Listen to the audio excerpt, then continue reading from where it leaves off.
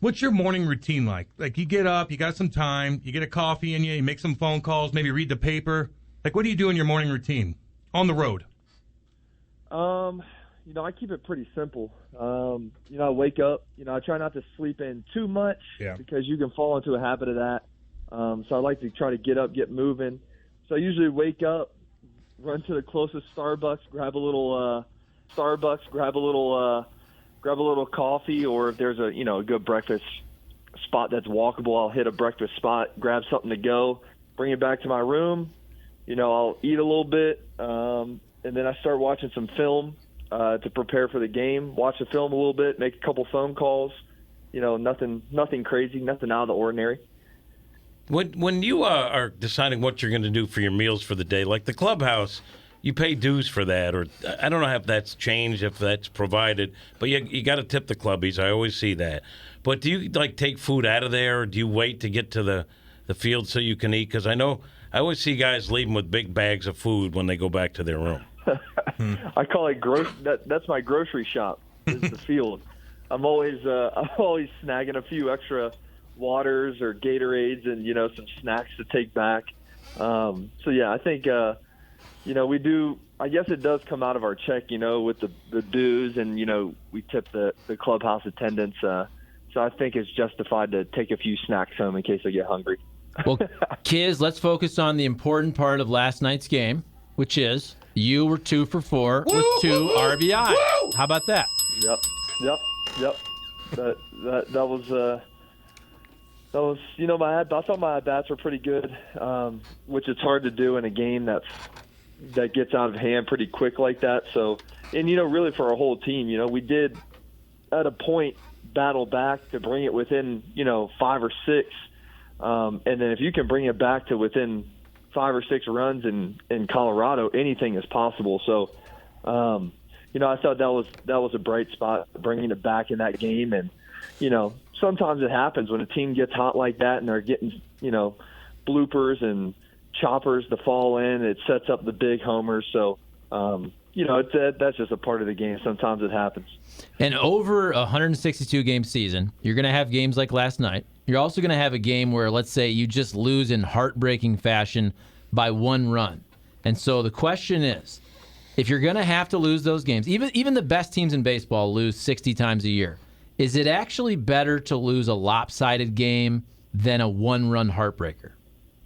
I was actually debating that with myself on the bus ride home last night. I was thinking, because, we just won 7 in a row. We just came off a big series sweep against the Yankees, one of the best teams in baseball. We come to Colorado. Everybody knows it's like kind of one of those trap series type things. It's a team we should beat, but we also know it's a team that plays good at home. So I was thinking, I was like, I don't know really, what would have been worse, to get beat like we did yesterday, or like you said, have like a weird 9th inning and they walk us off or something like that, and that's kind of demoralizing.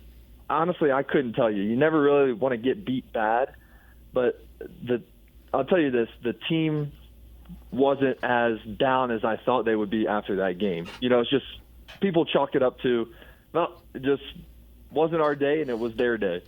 So, you hate to lose, but, hopefully we can bounce back and, still salvage this series. In my opinion, Miles Mikolas is one of the more underappreciated Cardinals. I mean, he's really had a good season. He's been a beast. I also think he's funnier than people realize. He's always doing something. Now, he is a competitor as much as anyone on the mound. He's a beast out there. But what's it like? Because after the game, he talked about rolling with the tumbleweeds. He had the cowboy hat on. He's got a great sense of humor, and he's able to put things in perspective. So when things aren't going well for Miles, like last night, and there were a number of balls that found their way through that I'm sure added to a bad night for Miles. But what's it like when you go out to the mound to talk to him? What's his attitude? What's his aura like when he's on the mound and things aren't going well? Well, me and Miles, we have a good, we mesh well with our personalities. So it's, because we're both guys that like to joke around a little bit, have some fun. But between the white lines, we like to take it serious, or as serious as you can. Miles on the mound, it really just depends. I can kind of get a good feel for what he's thinking through his body actions and kind of the way he's throwing. But I always know that I can go out to the mound at any time and talk to Miles, and he's going to be in a good spot to listen and kind of talk back and game plan. Because between the white lines, that guy is, he wants to play good. He wants to win, which is what you want to see out of one of your top starting pitchers. So, Kiz, you always hear about the Coors Field effect. When you get there, can you tell even in BP or if you're in a game if a ball carries further than you think it would? And also, as a catcher, can you tell, let's say, the sharpness of any pitches from your pitching staff, that it's just a little bit different there? Yeah. You can definitely tell, like in BP, you're like, oh, man, I didn't hit that good, and, hit the wall, or, it went to the warning track, or, it went a couple rows up. So you can definitely tell in BP, but I think you can really tell as a catcher because some of the pitches don't really move the same. And I thought yesterday, compared to the past, our guys' breaking balls were actually moving pretty good. The pitches that kind of weren't moving quite as much were the sinkers we were throwing.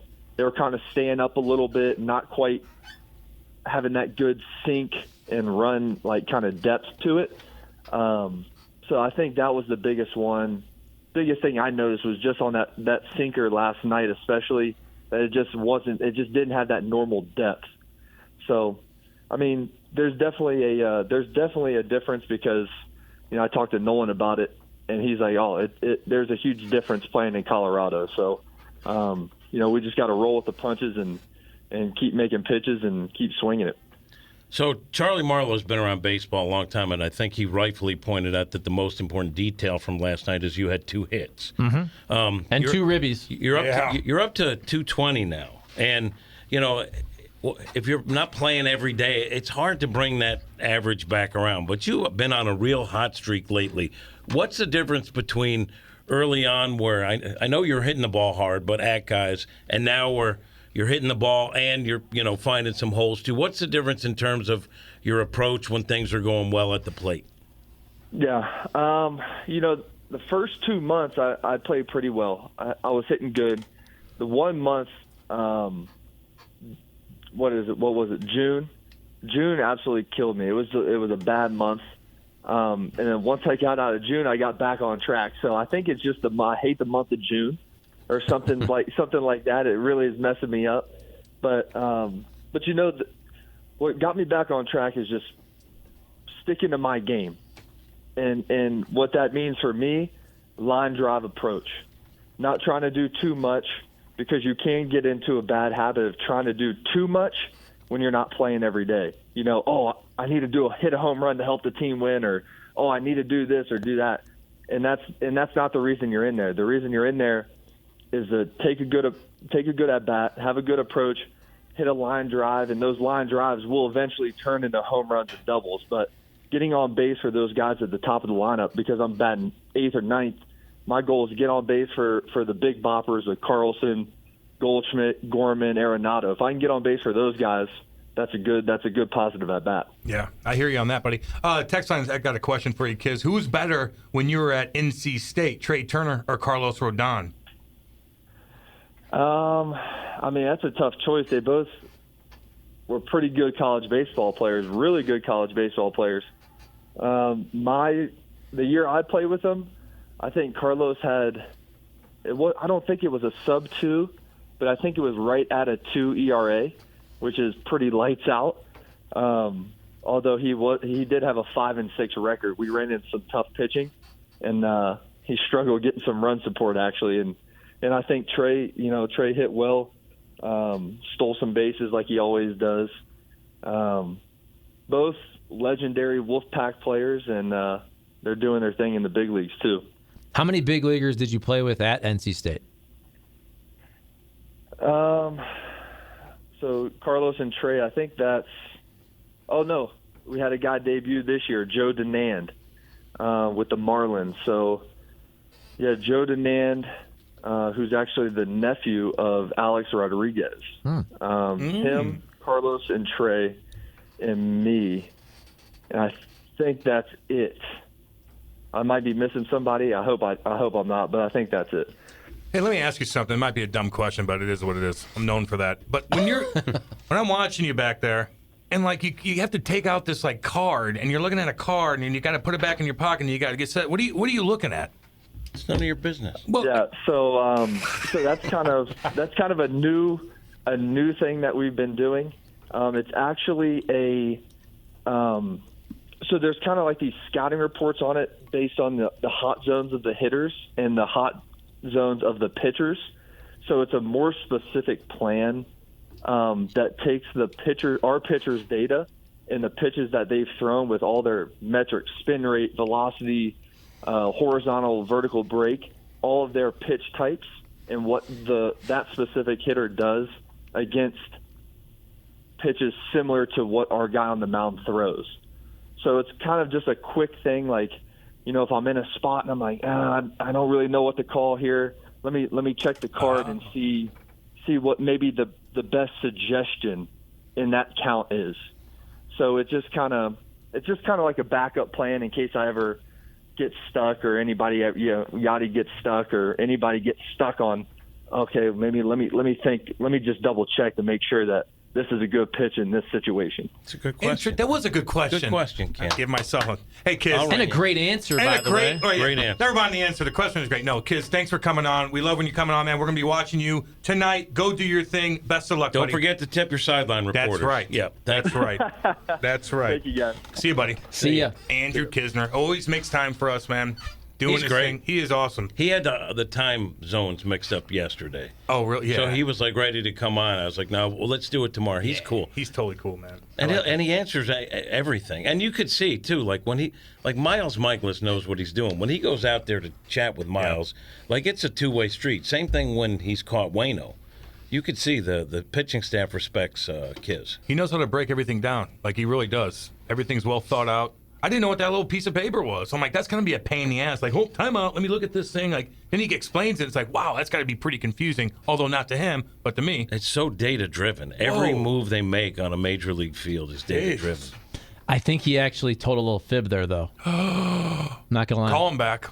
Because I heard what he takes out of his pocket is actually a Cam Jansen rookie hockey card. Oh, my God. And he takes it out of his pocket. Where'd he get that at? He looks at it, and it brings him confidence and strength. Joy. To see your 2007 Topps rookie card. Once we're going for $450 online. And Really? I do sense... Swear to God. Gem Mint. $450. Graded. My rookie card. I think it's a joke. PSA 10. People send it to me all the time on my DMs. They're like, look at this. I'm like, I'm going to look this up. $450. But I do sense Kiz and you have a little bond, like the professional athlete bond, which I think, like Kiz could hit 180, you'd be like, he's the best catcher in the National League. With Bader, he could hit 400, you'd be like, trade him. Trade him. Well, they did, didn't they? By the way, Bader has written a thing on the Players Tribune. Really nice piece. Oh, really? About goodbye to St. Louis. Oh, that's and cute. released a little 2-minute video. Yeah, I think I saw that. Nice. I got to look at that. I like Bader. I think he's going to be good for the Yankees. And I'm telling you, I talked to some of their folks. He's going to be their center fielder next year, I think. They think highly of him. Oh, he's good. I promise you 4 of us in this room will read it. Read what? The Players Tribune from Bader. Why do you think? You don't think I'm going to read it? Who's the 4? I doubt it. Who's the 4? I don't think I'll read it. I don't think I'm going to I'll watch the video. Yeah. I'm going to read it because I like Bader. Thank you. I like Bader, but I'm probably not going to read it. Oh. Yeah, well, good question there, Jobu, by the way. Charlie said Topps, not Upper Deck. I was kidding. Yeah. I'm seeing a lot of Cam Jansen cards for $2, $3, $4. What the heck? That's pretty good, though. No, it's not. Where's the what do you said, 450? They sent it to me. I don't know. I think it's a joke that they sent, that they did it, and then they just make fun of me. But it's all funny, I guess. Somebody wants to buy it. Go ahead. It's funny, though. Have any of the guys that might be making fun of you played in the NHL? Yeah. No? Yeah. Okay. It's so weird. I keep my DMs open. And it's like everything's cool, nice podcast, blah, blah. And it's somebody be like, "You're a bitch." I'm like, okay. Why do you keep your DMs open? Because people ask me, because I give advice to people all the time. It's part of our thing. They have drug problems. They have this. They want advice, and I give it to them.